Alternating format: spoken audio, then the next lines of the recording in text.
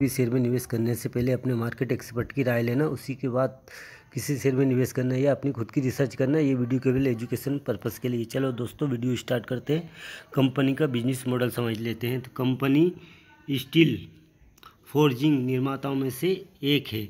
हमने निर्माण, railway, mechanic उद्योग, रिफाइनरी, खनन उद्योग आदि जैसे सभी प्रमुख उद्योगों की सेवाएं की है। कंपनी ऑटो पार्ट्स बनाती है और वितरित करती है। Company forged yoke, socket, connecting rod, crankshaft, electricals, power transmission part और एक्सेसरीज उपलब्ध कराती है। भारत में ऑटोमोटिव, रेलवे और कृषि सेवाओं में अपनी सेवाएं देती है। रेलवे के लिए उपयोगी सामान बनाती है। अब इसके रिटर्न की बात कर लेते हैं। तो एक वीक में इसने 2.37% का नेगेटिव रिटर्न दिया। एक मंथ में इसने 10.37% का नेगेटिव रिटर्न दिया। 3 महीने में 10.83% का नेगेटिव रिटर्न दिया। और एक साल में इसने 16.67% का पॉजिटिव रिटर्न दिया। और 3 साल में इसने 40.93% का नेगेटिव रिटर्न दिया। टुडे में इसकी 3 लाख क्वांटिटी ट्रेड हुई, जो कि पूरी क्वांटिटी बॉय कर ली गई है। अब एक वीक एवरेज की इसकी 3 लाख क्वांटिटी ट्रेड हुई है। और एक मंथ एवरेज इसका 6 लाख क्वांटिटी ट्रेड हुई है। अब इसके मार्केट कैप की बात कर लेते हैं। तो ये कंपनी NSE और BSE दोनों पर लिस्टेड है। Company manufactures cost die forged. Company का मार्केट कैप समझ लेते हैं। मार्केट कैप इसका 94 करोड़ का है। करंट प्राइस इसका 7 रुपये का है। हाई इसका 17 रुपये 50 पैसे का है। लो इसका 5 रुपये 80 पैसे का है। स्टॉक पी 150 का है। और इंडस्ट्री पी इसका 41.90% का है। बुक वैल्यू इसकी 2 रुपये 34 पैसे की। डिविडेंड कंपनी देती नहीं है। अरोसी इसका 4.61% का है। ROE इसका 1.52% का। फेस वैल्यू इसकी 10 रुपये की है। और अब आगे चलते हैं, आगे बात कर लेते हैं। आगे अब क्वार्टर फिगर पे नज़र डाल लेते हैं। क्वार्टर नतीजों की बात कर लेते हैं।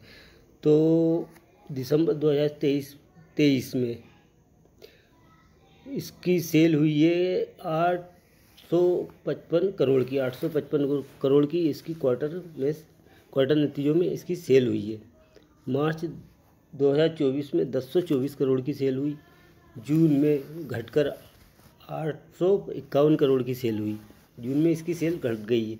ऑपरेटिंग प्रॉफिट की बात कर लेते हैं।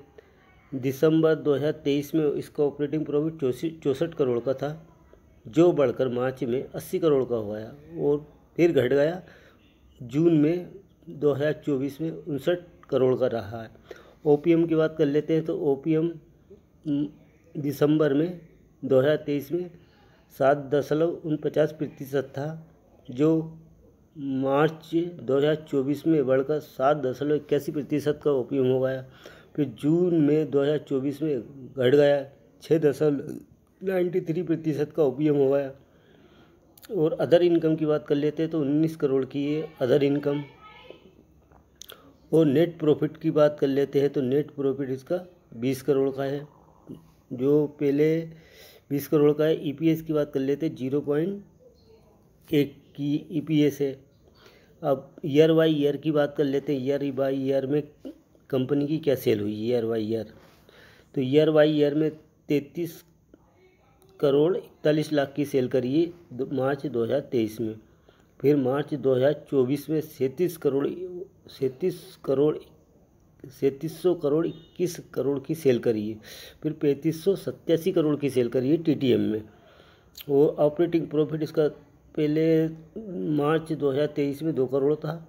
फिर मार्च 2024 में 250 करोड़ का हुआ। फिर TTM में 257 करोड़ का ऑपरेटिंग प्रॉफिट हुआ, ऑपरेटिंग प्रॉफिट बन गया। ओपीएम की बात कर लेते हैं। ओपीएम मार्च 2024 में 6.72% का था, जो बढ़कर टीटीएम में 7.16% का इसका ओपीएम हुआ। अदर इनकम इसकी 30 करोड़ की हो गई और नेट प्रॉफिट इसका 63 करोड़ का हुआ। ईपीएस इसका 0.5 का है। डिविडेंड कंपनी देती नहीं है। अब कंपाउंड सेल्स ग्रोथ की बात कर लेते हैं। कंपाउंड सेल्स ग्रोथ में 5 साल में 6% की कंपाउंड सेल्स ग्रोथ रही और 3 साल में 17% कंपाउंड सेल्स ग्रोथ रही है। टीटीएम में 1% रही है। कंपाउंड प्रॉफिट ग्रोथ की बात कर लेते हैं। कंपाउंड प्रॉफिट ग्रोथ में 3 साल में 14% और टीटीएम में 52% की नेगेटिव प्रॉफिट ग्रोथ रही है। स्टॉक प्राइस CAGR की बात कर लेते हैं। 5 साल में 38% CAGR से रिटर्न दिया है और 3 साल में 17% का नेगेटिव रिटर्न है और वन ईयर यानी 1 साल 15% का CAGR से रिटर्न दिया। रिटर्न ऑन इक्विटी की बात कर लेते हैं। 5 साल में 1%, 3 साल में 5%, लास्ट ईयर यानी एक साल में 2% की रिटर्न ऑन इक्विटी रही है। अब बैलेंस शीट की बात कर लेते हैं तो रिजर्व कंपनी के पास 1800 करोड़ के हैं। ये मार्च 2023 में 224 करोड़ के रिजर्व 224 करोड़ का था। अब 1800 करोड़ का रिजर्व है मार्च 2024 में। वो कंपनी के पास बोरिंग मार्च 2024 में 1430 करोड़ की थी, जो घटकर 998 करोड़ की बची है। और टोटल लायबिलिटीज कंपनी के पास 641 करोड़ की है। फिक्स एसेट 1648 करोड़ के हैं। 1648 करोड़ के फिक्स एसेट है और इन्वेस्टमेंट नहीं है कंपनी का। और टोटल एसेट 4631 करोड़ है। अब शेयर होल्डिंग पैटर्न की बात कर लेते हैं। शेयर होल्डिंग पैटर्न में आ जाएँ, दिसंबर 2023 में 43.52% प्रमोटर होल्डिंग थी, जो मार्च में 40.82% हो, यानी प्रमोटर ने यह मार्च 2024 में अपनी होल्डिंग बढ़ाई थी। फिर जून में 2024 में 40.63% रही। हम प्रमोटर ने 2024 में अपनी होल्डिंग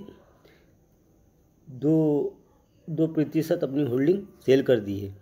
और एफआई की बात करते हैं तो एफआई मार्च 2024 में 0.04% थी, जो जून में घटकर 0.0 अपनी एफआई ने अपनी होल्डिंग पूरी सेल कर दी है। डीआई के पास 0.11% की होल्डिंग है।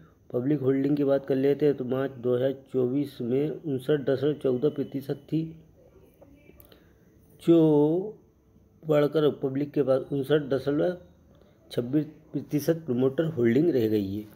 अब कंपनी का नाम देख लेते हैं।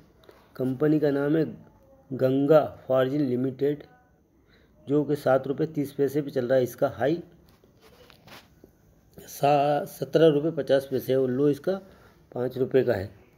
तो आपको इस कंपनी को कब लेना है, 5 रुपये के 20 पैसे के समथिंग आएगा ये कंपनी, तो आपको इसको ले लेना है। 1500 शेयर लेकर पटक लेना है।